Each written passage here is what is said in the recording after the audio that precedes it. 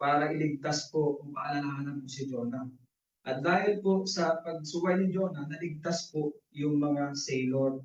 Kung maalala niyo po yung ating topic po, ano. And through the testimony of ni Jonah, na nalaman nila na ang cause pala ng storm ay dahil sa pagtakbo niya sa Panginoon. Dahil po sa pagsuway niya sa Panginoon. So makita po natin doon yung um, ginamit po ng Panginoon yung store para paalalahanan itong si Jonah at iligtas din po yung mga sailor, yung mga believer po sa bangka. Naalala niyo po yung story, di ba? Kaya nung, di ba, nag-castlat sila. Ano pong ginawa nila? Tinukoy nila kung ano yung cause ng storm. Nalaman nga nila through Prophet Jonah, yung testimony niya, na dahil sa kanya pala, dahil sa storm o dahil sa kasalanan ni Jonah, na sa po ay tumakbo sa Panginoon dahil po merong storm. So dito po, ano po yung makita po natin na purpose po ng Panginoon? Why the Lord commanded the great fish to swallow Jonah? So makita po natin po mga kapatid dito sa Old Testament. Gumagamit po ang Panginoon lagi ng mga creature o kahit anong mga storm ginagamit po ng Panginoon para magligtas po ng tao. So, yung isa pong example, si Noah, di ba? Sa panahon ni Noah po, di ba? Paano ba niligtas ng Panginoon yung pamilya ni Jonah? Through the ark. Tama po? May ginamit po ang Panginoon para iligtas po yung pamilya ni Noah, di ba? Which is, ang gusto ng Panginoon, lahat maligtas. Pero dahil sa mga tao, gaya po ng sitwasyon po natin ngayon, di ba? Ito pong nangyayari po na sitwasyon po natin ngayon, hindi po ito punishment, mga kapatid. Ito po isa pang paalala, no? Kagaya po ng topic po natin ngayon, ito po ay paalala para ang tao po ay tumawag sa Panginoon. This is not a punishment, mga kapatid. Ito ay paalala na kailangan po natin tumawag sa Panginoon. Diba? So, in the New Testament, paano naman po naligtas ang tao? Anong ginamit po ng Panginoon? Diba? Nakita po natin yung gospel dito po sa Book of Jonah. Ano po sabi po ng John 3:16? For God so loved the world that He gave His only begotten Son. Take note, gumamit po siya. Sino pong ginamit niya para maligtas ang katauhan? Si Jesus Christ, di ba? Tama po. Dito makita natin po yung gospel.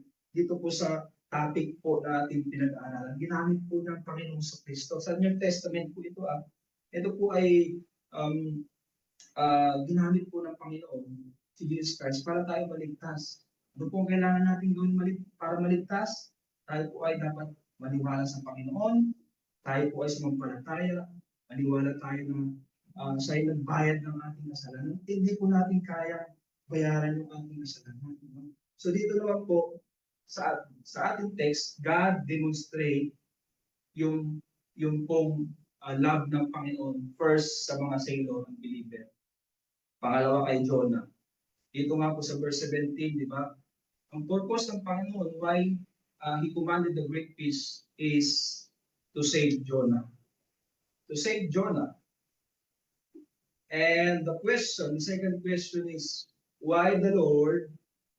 Anong purpose ng Panginoon? Bakit pa niya pinatagan ng 3 days and 3 nights? Di ba? Pwede namang 1 day lang, di ba? Pwede namang 2 days lang, di ba?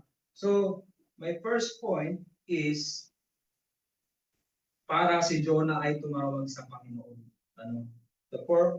Bakit po, ano po ang purpose ng Panginoon? Bakit po inutusan ng Panginoon na si Jonah ay lamunin, manatili ng 3 araw at 3 gabi sa loob ng tiyan ng great fish? Point number 1 is, para si Jonah ay tumawag sa Panginoon.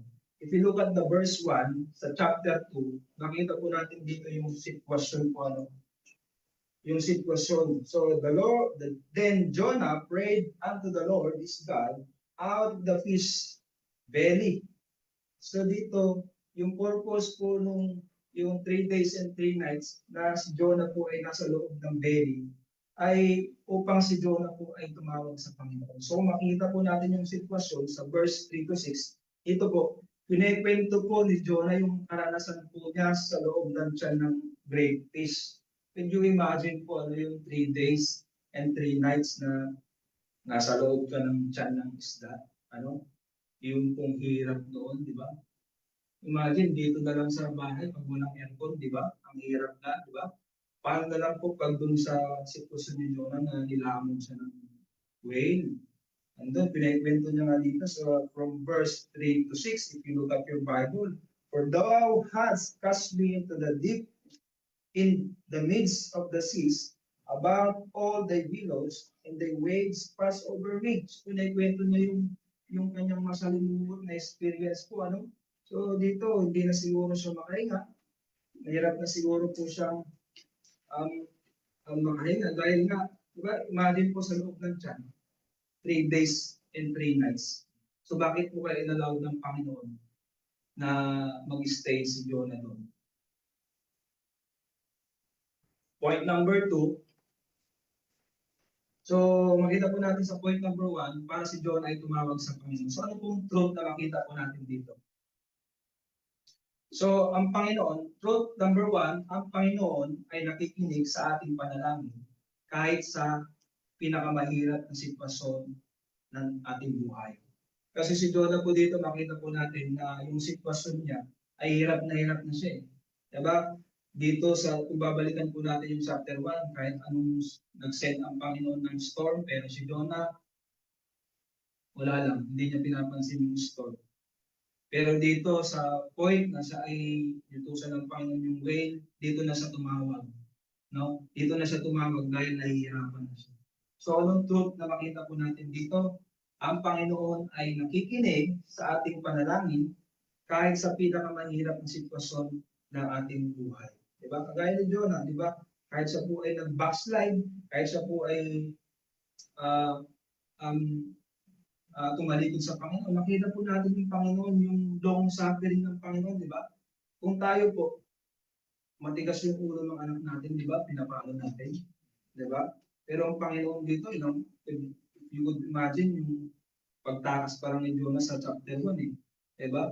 Kung yung Panginoon ay naikli lang yung pasensya niya, talagang siguro pwede tayong yung buhay natin, kunin na ng Panginoon, di ba? Kaya dito makita po natin yung kabaan po ng pagmamahal, yung compassion po ng Panginoon, di ba? God used the whale to save Jonah, mga kapatid. Kaya dito makita natin na sa verse 2 ng chapter 2, kinikwento ni Jonah, ano? Sabi niya, "And I said, I cried by reason of my affliction unto the Lord, and He heard me out of the belly of hell cried, and thou heardest my voice."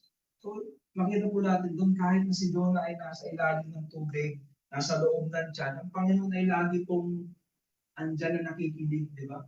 Kaya nga yung point, yung point dito is, ano ba yung purpose, bakit kailangan ng whale o yung great fish si Jonah? Para tumawag, no? Para tumawag tayo sa Panginoon. Bakit minsan o madalas nakakaranas po tayo ng mga mahirap na sitwasyon? Di ba? Iniisip natin, minsan pinaparusahan po tayo ng Panginoon. No. Di ba? Dito po sa context po ni Jonah, God allowed to swallow him para siya tumawag sa Panginoon. Di ba? So, point number 2, para si Jonah ay magsisi. Point number 2, para si Jonah ay magsisi. Nakita po natin dyan sa verse 3 to 7 naman. So, binasa po natin o pina-experience ng Panginoon yung hirap kay Jonah. Diba? Diyan, inikwento ni Jonah yung kanyang kanasan sa loob ng tiyan, di ba? Sa verse 4, "Then said I am cast out of thy sight, yet I will look again toward the holy temple. The waters compass me about even to the soul. The death closed me around about. The weeds were wrapped about my head." You know?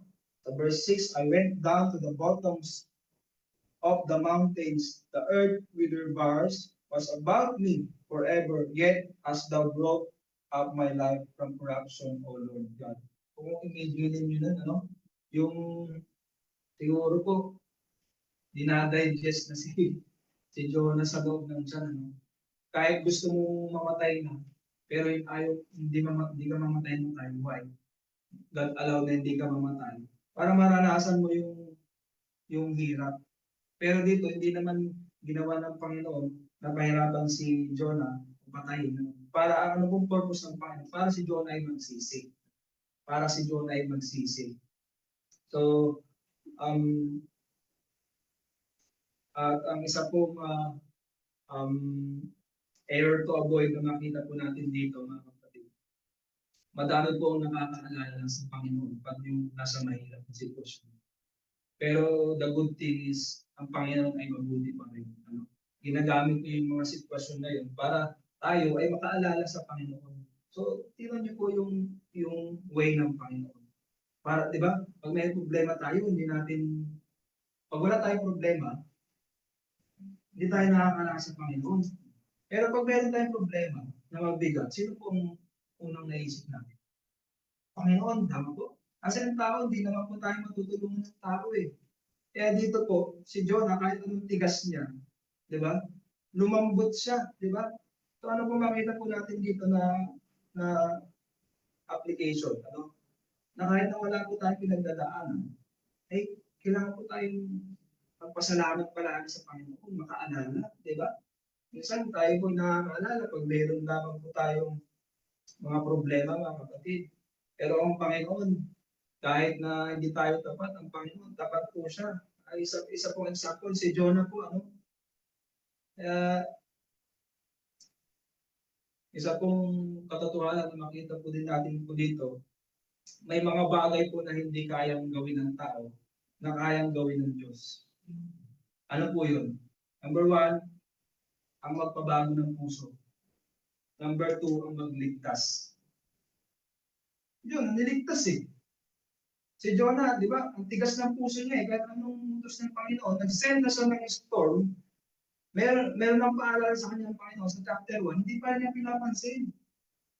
Pero makita po natin dito, nung kinain siya ng whale, doon na lumambot, di ba? Doon na siya nagsisi, doon siya tumawag sa Panginoon. Why? Because mahal siya ng Panginoon, mahal tayo po ng Panginoon. Gaya po ng ginawa po ng Panginoon sa Kristo sa krus, di ba? Gumamit ang Panginoon. Sino pong ginamit niya? Si Jesus Christ para tayo maligtas. Di ba? Nakita niyo po yung gospel po dito sa Jonah, kung gaano po kabuti ang Panginoon. Di ba, mga kapatid? At isa pong challenging po sa atin bilang isang Kristiyano ay yung pong ating pong mga pamilya. Tama po? Napakahirap po nilang shiraan o kahit na nag-share ka, ilang evangelize mo na, pero ang hirap nilang maakay sa church. Why, mga kapatid? Alam? Why? Isa pong katotohanan, hindi po natin kaya po silang iligtas. Ang makakapagligtas po sa kanila ang Panginoon. What is our job? What is our duty? What is the mandate of God to us? To share the gospel. Diba? Kasi dadating ang panahon na makakaramdam sila sa buhay po nila, kagaya ni Jonah, ng sitwasyon na mahirap. Sino pong tatawagin nila? Ngayon, kung hindi po natin i-share sa kanila yung gospel, sino po yung tatawagin nila? Wala, di ba? So, mahalaga po na i-share po natin. Kahit na hindi po sila mag-response, i-share po natin, dadating po sa punto na ang Panginoon magbibigay sa kanila ng sitwasyon na mahirap at tatawag sila sa Panginoon. See? See mga kapatid, yung pong purpose po ng Panginoon, bakit? Kung titignan po natin yung context po ng Jonah, we will read hanggang chapter 1 to 4. Diba? Pwede namang mag-utos na ng Panginoon na ibang tao eh. Kaso hindi man niya pwedeng utusan po yung unbeliever. Sino po utusan ng Panginoon? Tayo po na mga naligtas na.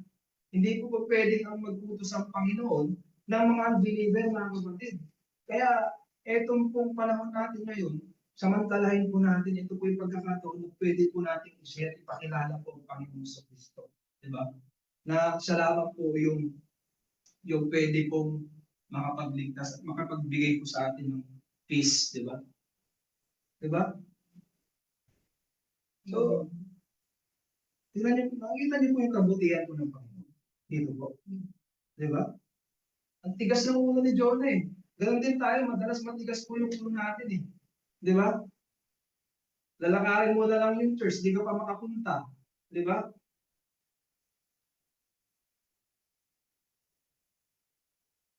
So ano po makita natin dito?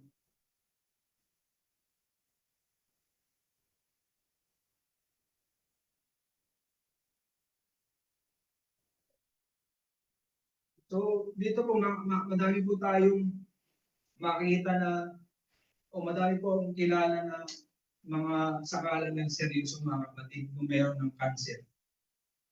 Meron ng nagda-dialysis. Hindi po ako natatakot. Ito po ay based on my experience. Dito po sa yung mga na-invite po dito sa church, madami pong sakalang pong sila nag-response nung meron ng sakit. Ilan na yung namatay dito na ni-invite dito. Pero nung sila ay nasa hospital na, sila ay may stage cancer na, saka lang sila nag-response. Pero the good thing, hindi po ako natutuwa na sila po ay nagkaroon ng sakit. Natutuwa, masaya po ako kasi bago po sila binawian ng buhay, God's use us to share the gospel. Di ba? Tingnan niyo po yung pong tingnan niyo po yung kabutihan po ng Panginoon. Di ba? Ginagamit niya. Tayo po, di ba? Di naman tayo saved dati eh. Pero dahil sa may nag-share po sa atin ng gospel, di ba nakakilala po tayo, mga kapatid? So, tignan niyo po yung ginagawa po ng Panginoon kay Jonah. God tried to help Jonah. God tried to save Jonah. No? Para sa ano? Para i-share yung gospel doon sa mga Ninive. Mga kapatid, yung Ninive po dito, hindi lamang po tumutukoy doon sa mga taga-Iraq. Ang Ninive po ay nagre-represent ng ating mundo. Di ba? Ang mundo po kasi natin ay magulo. Ito po yung mga wicked. Nandito po tayo sa mundo ng wicked. So, ito pong ginagalawan po natin. Ito po ay Ninive, mga kapatid. At sa akin pong testimony, bago po ako uh, bago ako nagseryoso, madami po munang nangyari po sa akin. And hindi ko po sinasabi po ito para i-boast ko po yung aking sarili mga kapatid. Pero this is my own personal. At alam mo po ng mga kapatiran nito, kung hindi ko magka-pandemic, hindi po ako mangangako sa Panginoon. Eh mahirap po yung mangangako tayo sa Panginoon tapos hindi natin tutuparin. Di ba? Mahirap po. Napakahirap. Di ba? Ecclesiastes chapter 5, verse 4 to 5. Di ba? Pag mangangako sa Panginoon, kailangan mo tuparin. Kailangan natin tuparin. Di ba? Kasi ako nung una, kung hindi pa magpa-pandemic, wala, hindi talaga ako magsiseryoso eh. At kung makita po natin, yung kung sa car accident, nung hospital ako, nung naalala ko nung nasa hospital ako, nung sa drugs, nung overdose ako ng drugs. Naalala ko nun, yung puti lang yung hospital, diba sa emergency. Nakahiga kasi. Tapos, ang sabi ko sa Panginoon, kung bibigyan pa ako ng isang chance, I will use my life to serve God. Pero wala pa din. Nagtuloy-tuloy pa rin ako, nagpatuloy pa rin ako dati.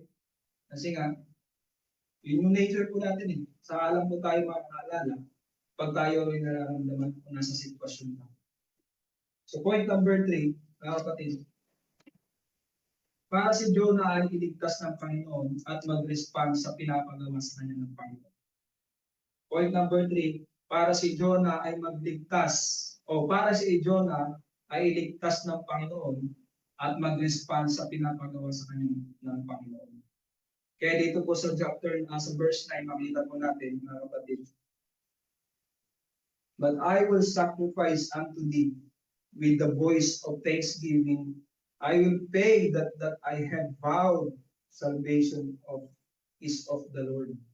So dito po makita po natin na nag-vow na si Jonah, di ba? So po ay nung madami na po siyang mahirap na po yung sitwasyon niya. Diba? Sino po tinawag niya? Yung Panginoon. Yung Panginoon niya na nag-send ng storm. Diba? Nakita po natin dito yung purpose ng Panginoon.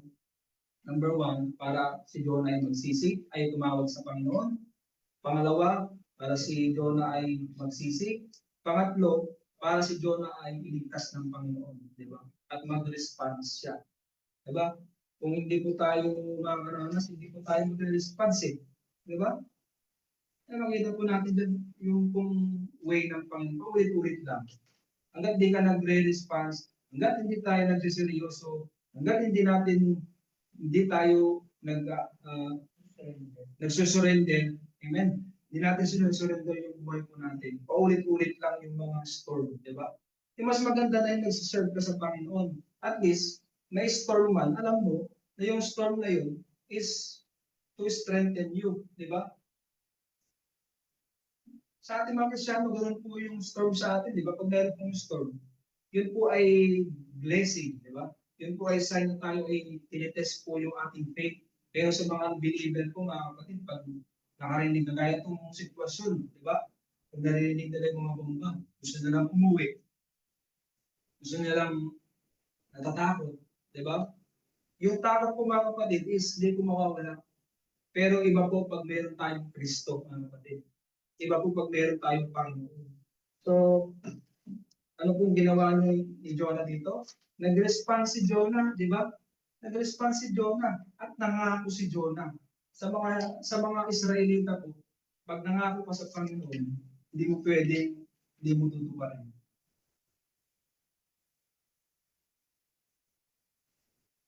Pag nangako tayo sa Panginoon, hindi mo pwedeng hindi tuparin.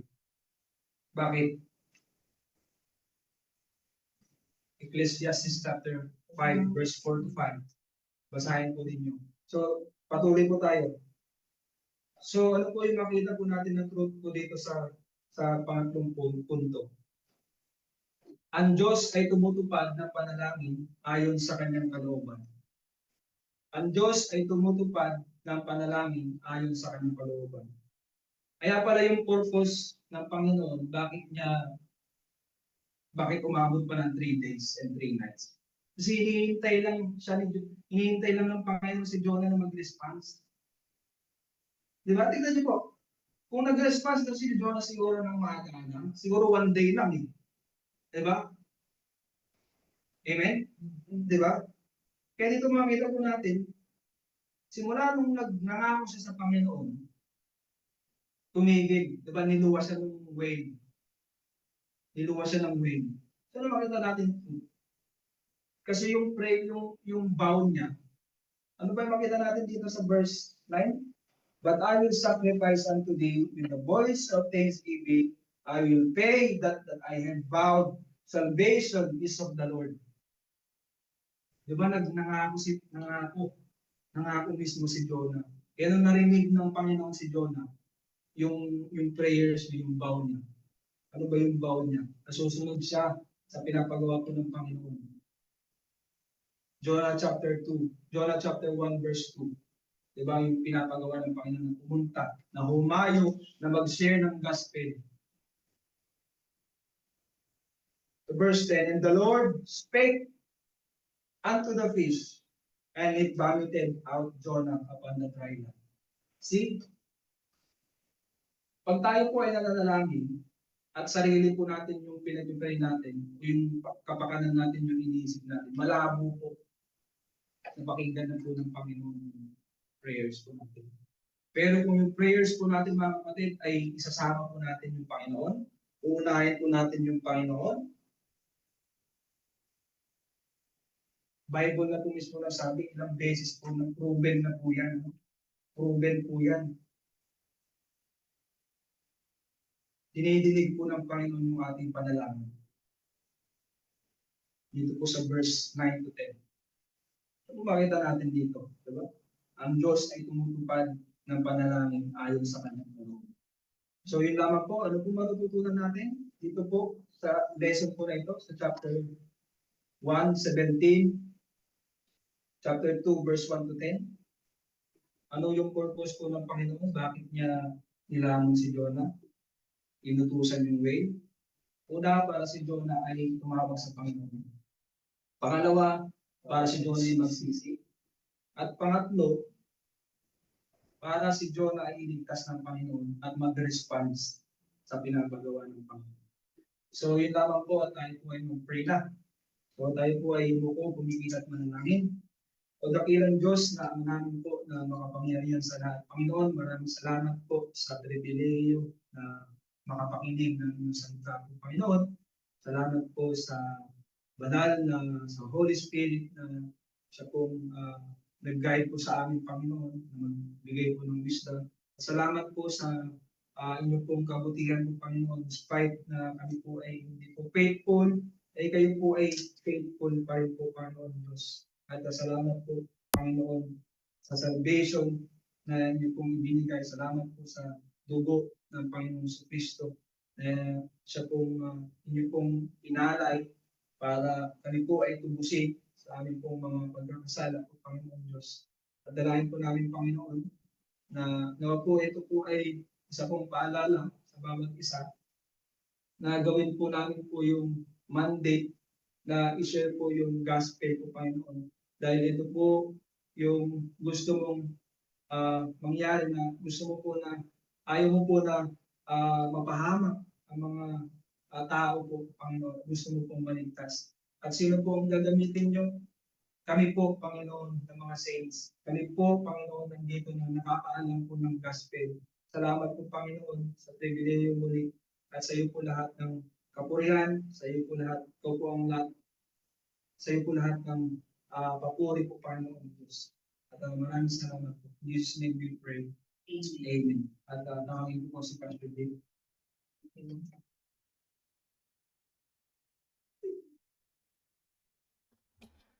Yung mga implication dito, implication number 1 is that God is in control. You know why is God is in control? Who will command the fish? Only God. Only the Creator. That's why, ang sabi ni Jonah, salvation is in the Lord. Did you remember Balaam? Balaam. Si Balaam. Anong ginamit ng Diyos? Asno. Correct? Nakarinig na ba kayo na in our time? Or even there, before? Nakarinig na kayo ng talking asno? O talking donkey? Nagsasalita na donkey, yung kakausapin ka, nakarinig na kayo nun? I don't know kung nakarinig na kayo. Pero as much as the Lord is sovereign, He can do everything. Anong gustong ipaalala ng Diyos kay Jonah? He's a sovereign God. First, in this book, He controls the sea. Okay? Second, in this book, He sent what? Great fish. Totoo yun, wala namang binanggit na anong fish yun. Nag-conclude lang ng tao na naga-whales. Hindi ko alam. No, we don't know kung anong klaseng fish yun. Ata naman dilis yun. Mas malaki pa si Jonah sa dilis. Great fish yung binanggit. Ano yun? Diba? So, pangalawa, makikita natin implication dito. Don't repent too late. Huwag kang magsisi sa huli. Implication yun eh. Sabi kay Jonah, kung hindi siya magsisisi, hindi ibig sabihin na hindi siya ligtas. Siya'y propeta ng Diyos. Magsisi siya doon sa hindi niya pagsunod sa Diyos. Kasi may utos ang Panginoon kay Jonah eh. Sa chapter 1, ano yung utos ng Diyos? Go. To arise, go to Nineveh. Ano ba yung Nineveh? Actually, yung Nineveh ay lugar ng Assyria yon. Yung Assyria na nag-conquer or nagpahirap sa Israel. Yung Assyria na nagdala ng mga Diyos-Diyosan sa Israel. Okay? They are very wicked. Yung Nineveh, nung panahon ng kings, tinanggal ng Panginoon yung mga Israelites, dinala sa part ng Assyria.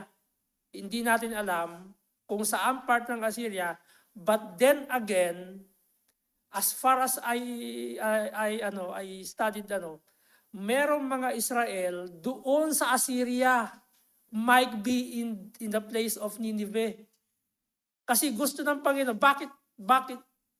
bakit sa tingin ninyo isisend ni Yahweh o ni Jehovah o ng Panginoon si Jonah doon sa Nineveh? As far as you know, ang Panginoon, ang pinili niyang bansa ay Israel, not the Gentiles. Okay? Noong panahon, sino yung next kay Jeroboam? Tinanggal ng Panginoon ang mga Israelita doon, dinala sa part ng mga Assyria. So scattered sila. Kaya yung Israel doon, hindi yung northern, hindi yung southern. Yung Israel, meron nang nakatira doon ng mga Assyria. Kaya sabi ng Panginoon, pumunta ka sa Nineveh. That is a mandate ng Panginoon. Why? The city is crying. Ibig sabihin, yung crying, sinabi niya doon, they are wicked.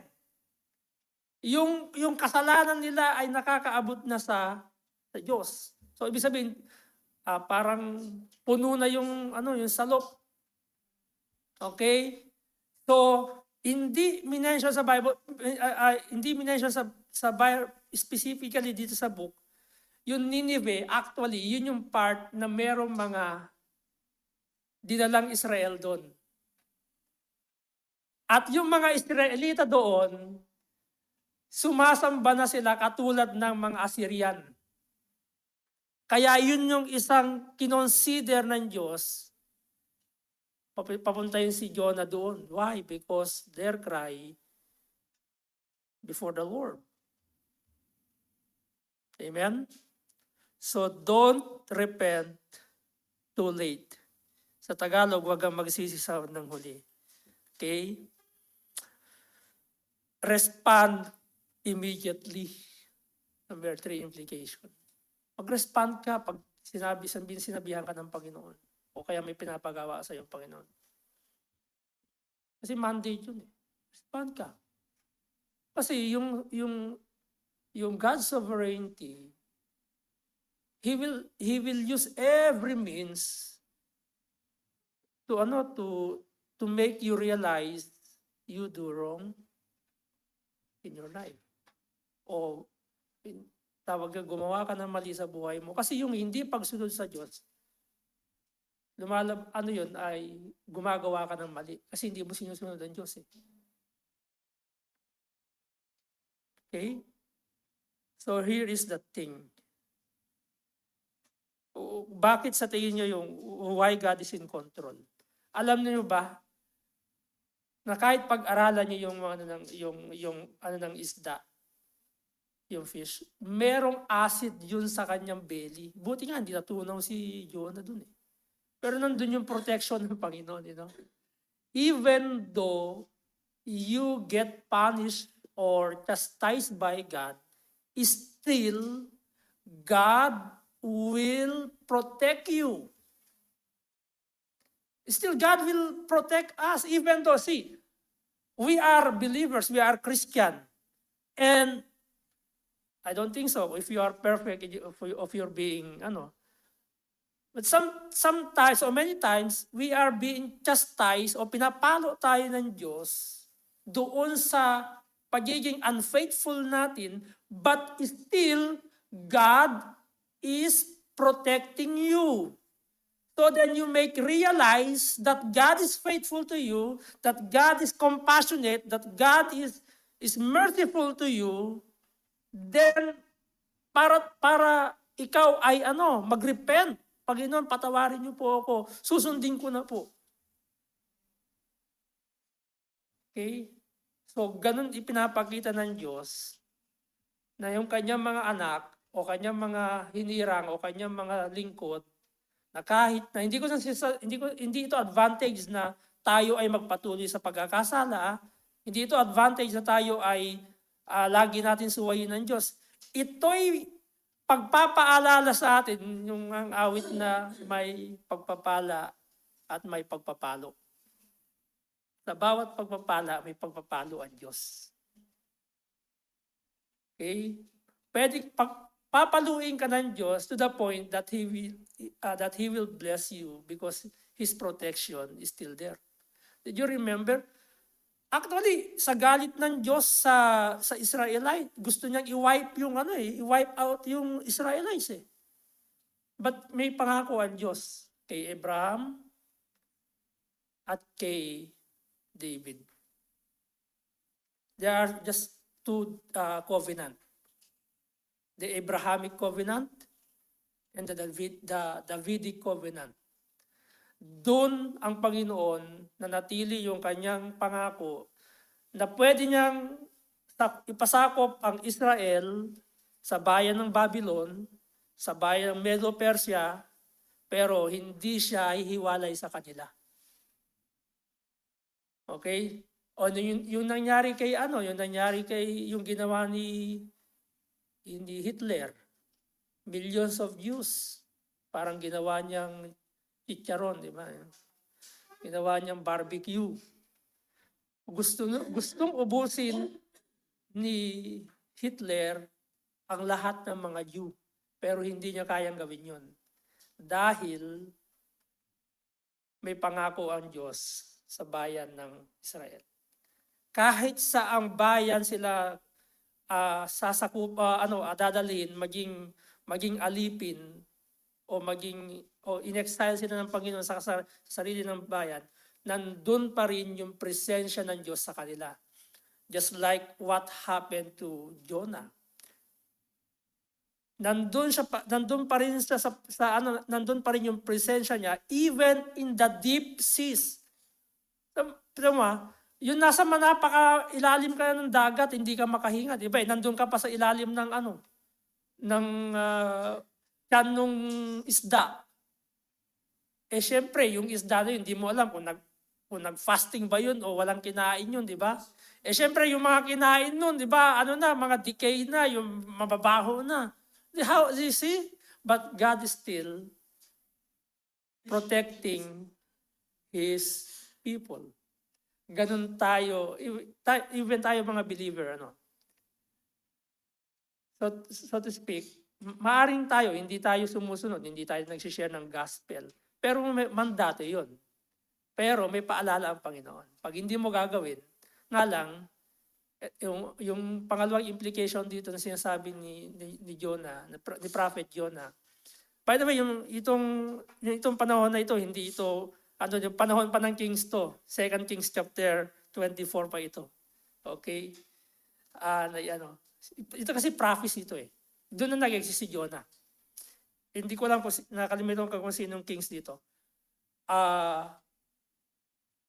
Huwag nyo nang antayin na paluin kayo ng Diyos and then you will realize that God what God wants you to do. Gawin nyo na ngayon. Huwag nyo nang antayin. Kasi masakit pag maniwala kayo. Masakit pag tayo pinalo ng Diyos. Pero yung palo naman na, yung sabihin, yung makarealize ka. Di ba? Pero kung magpapatuloy ka sa katigasan ng ulo mo, hahantong ka sa kukunin na ng Panginoon yung buhay mo. Yun na yun eh. Yun na yung end yan. Katulad nung yung blatantly Yung bread, yung nasa Corinthians, matigas ng ulo nun eh.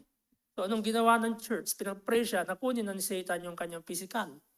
Sabihin, ibigay kay Satan para magkasakit siya hanggang sa mamatay, para maligtas yung kaluluwa. So wag na humantong nung pupunta kayo sa hospital, wala na yung no. Wala na yung paa nyo, wala na yung mata nyo. Diba? Wala ka ng boses, wala ka ng dugo. Yun ang problema nun. Tinanggalan ka ng dugo. Habang kayo o habang tayo po ay may pagkakataon na makapagsalita, makapaglingkod, at sundin ang kalooban ng Diyos sa buhay natin, gawin na natin. Okay? Again, do not repent too late. So, too late na to eh. Actually, nasaktan na siya eh. Diba? Saka lang siya naka-realize. But that's actually, that's the reality. Kailan ka lang magsisisi pagka everything is damaged, destroyed na sa buhay mo. Then you make it realize. Okay? So thank you very much, Brother Benji, for the message you have delivered. And let's all arise and we will end up in prayer.